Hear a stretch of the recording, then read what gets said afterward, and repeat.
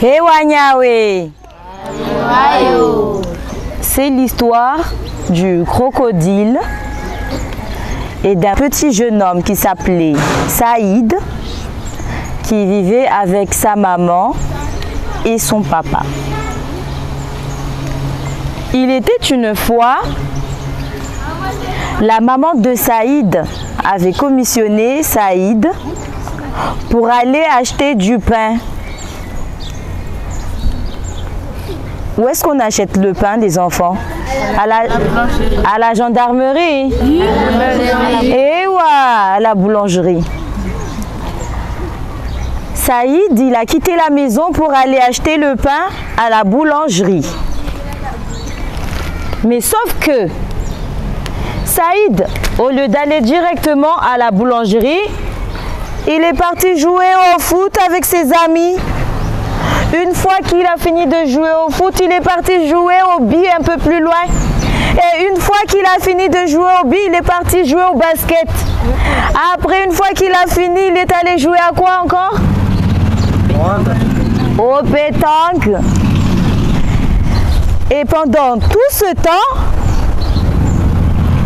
la nuit est tombée.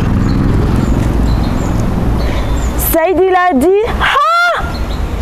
Depuis ce matin, maman m'a commissionné pour aller acheter du pain et il était 7 heures. Ensuite, je suis allée jouer et maintenant, il est déjà 18 heures. 18h30 passées. Aïe, aïe, aïe, aïe, aïe. Qu'allons-nous manger? Saïd, il a couru pour aller à la boulangerie, mais malheureusement, la boulangerie, elle était déjà fermée. Et donc, Saïd, il a dit non, cette fois-ci, moi, j'irai pas à la maison parce que déjà, j'ai pas ramené le pain. En plus de ça, on va me taper. Ah non. C'est mieux, je vais autre part. Je vais même pas à la maison. Saïd, tout seul, dehors, il marcha,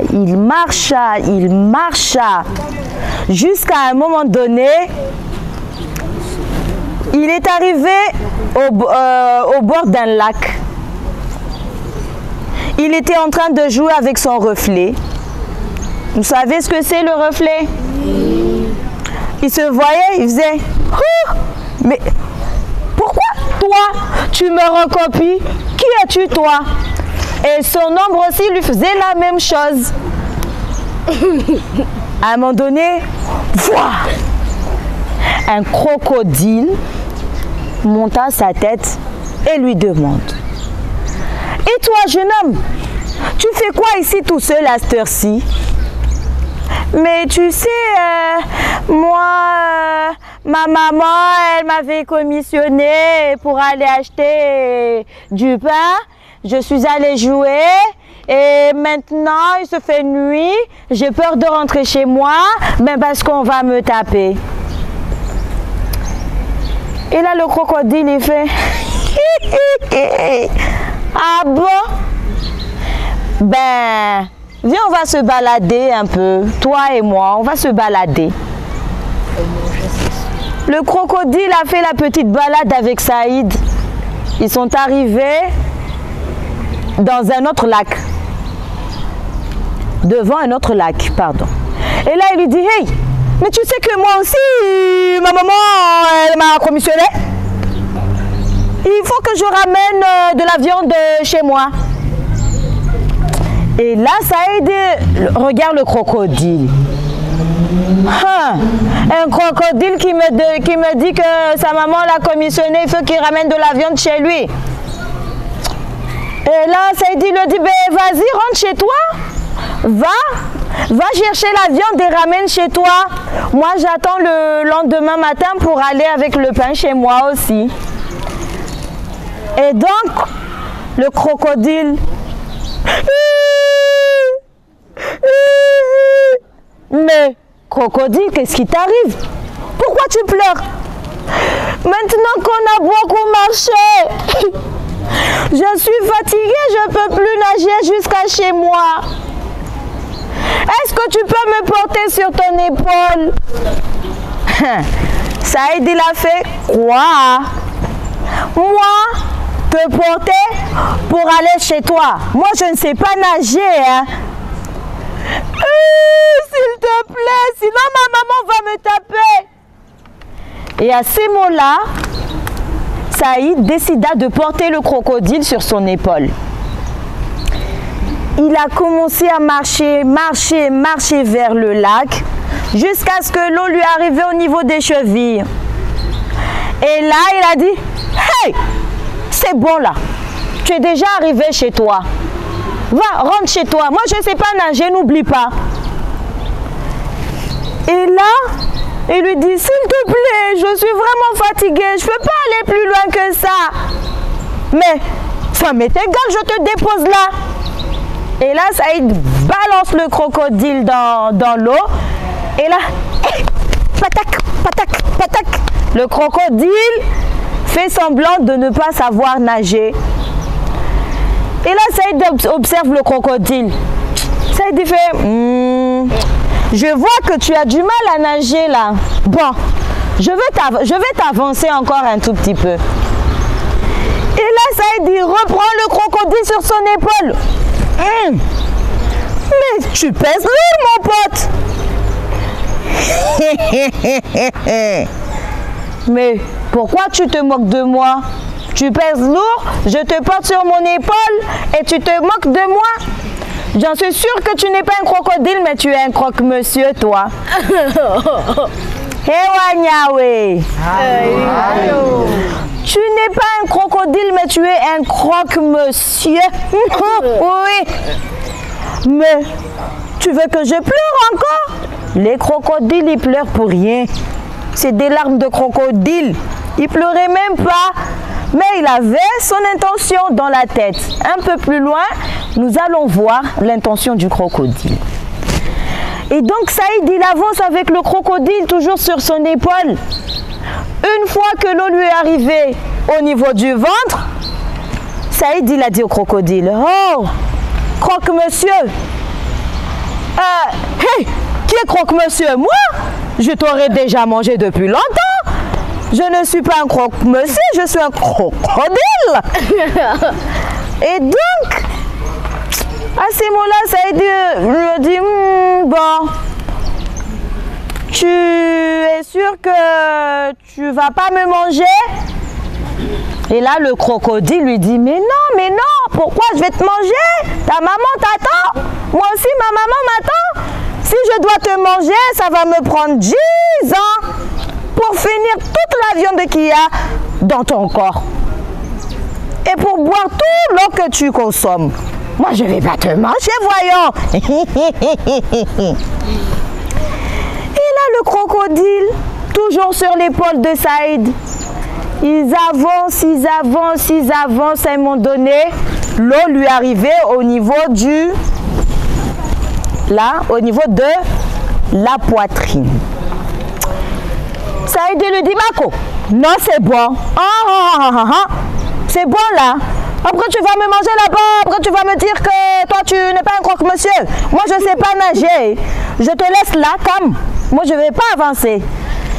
Et là le crocodile il a commencé à pleurer encore plus fort jusqu'à ce que Saïd dit, l'eau lui arrivait au niveau du cou. Et là, choup, le crocodile glissa tout doucement dans l'eau. Et là, il a commencé à faire le tour de Saïd. Alors maintenant, tu fais moins le malin. Ben, tu vas voir que moi, je vais te manger. Tu n'iras pas chez toi. Et là, Saïd, oh, s'il te plaît, croque-monsieur. En plus de ça, tu m'appelles encore croque-monsieur. Ben, tu vas voir que je vais te croquer. Cette fois-ci, je vais vraiment te croquer. S'il te plaît, ne me mange pas. Ma maman m'attend, ma maman. Et tout là-haut, en haut d'un arbre, il y avait un maquis. Et le maquis, il a entendu la conversation de Saïd et du crocodile. Le maquis, il arriva. Oh, hey! Mais Ouh là là là là là là là. Ce petit garçon, il est tombé dans la gueule du loup. Écoute-toi, le maquis là-haut. Je ne suis pas un loup, je suis un crocodile. Et là, Saïd lui dit, non, non, non, tu n'es pas un crocodile, tu es un croque-monsieur. En plus de ça, vous deux, vous vous moquez de moi. Vous allez voir, je vais manger et le petit garçon et toi, le maquis là-haut. Je vais monter pour te manger. Mais je me moque bien de toi parce que moi, je suis en haut d'un arbre et que les crocodiles ne savent pas monter aux arbres. Tu es ridicule, lui dit le maquis.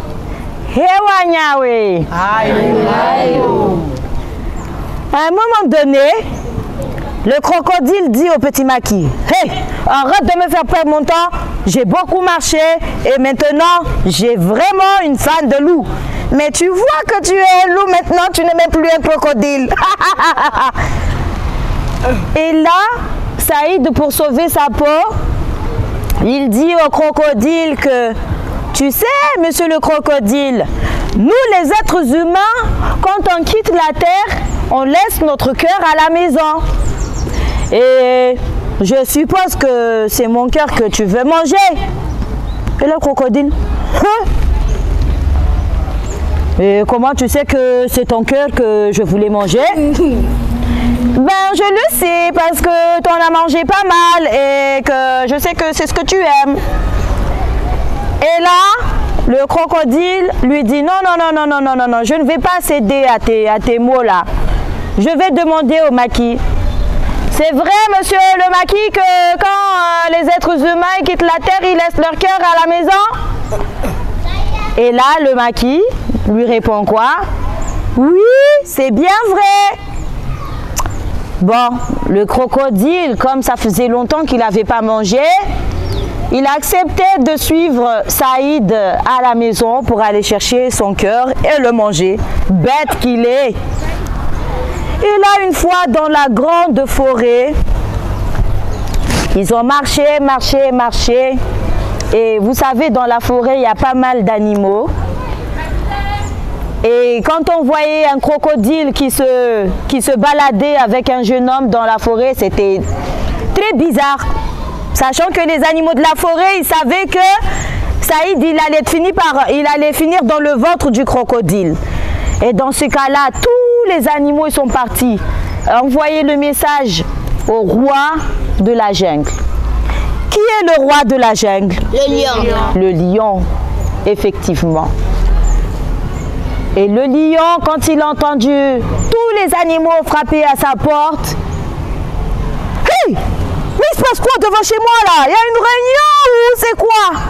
Vite, le roi, vite! Le crocodile s'apprête encore à manger un petit garçon cette fois-ci, il est vraiment petit. Il est tout maigre et on a pitié de lui. C'est sûr que même son cœur, il est tout maigre. Il faut le sauver. Et là, le roi, il prend sa canne. Il prend sa couronne et partout là où il passait, même les feuilles et les fleurs, il mourait. Parce que c'est très rare que le roi quitte sa maison pour des missions comme ça. Mais à chaque fois qu'il sort, tout le monde tremble. Et là, une fois qu'ils se sont croisés à mi-chemin, le roi de la jungle dévora le crocodile. Et depuis ce jour-là, ce crocodile-là, ne mangeait plus d'enfants, plus de grandes personnes.